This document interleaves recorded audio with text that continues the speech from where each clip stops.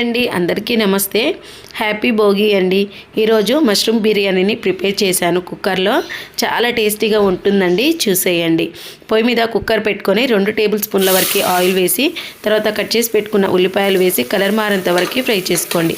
1/2 tea spoon అల్లం వెల్లుల్లి paste, 1/2 tea spoon పసుపు వేసి ఒకసారి కలిపి క్లీన్ చేసి పెట్టుకున్న మష్రూమ్స్ అలాగే 2 టమాటాలు కట్ చేసి వేసి కొద్దిగా బఠానీ, కొద్దిగా కొత్తిమీర, టీ గ్లాస్ పెరుగు వేసి ఒకసారి బాగా మిక్స్ చేసుకోండి. ఆ తర్వాత మష్రూమ్ బిర్యానీ మసాలా, టేస్ట్కి సరిపడా సాల్ట్, కారం, ధనియా పౌడర్, జీరా పౌడర్, కొద్దిగా గరం మసాలా వేసి ఒకసారి బాగా కలుపుకొని 2 గ్లాసుల రైస్కి 3.5 గ్లాసులు వాటర్ వేయండి.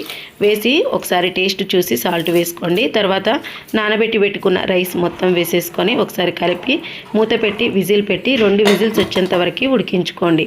2 విజిల్స్ వచ్చిన తర్వాత స్టవ్ ఆఫ్ చేసి చూసారంటే వేడి వేడిగా మష్రూమ్ బిర్యానీ రెడీ. ఒక లైక్ చేయండి.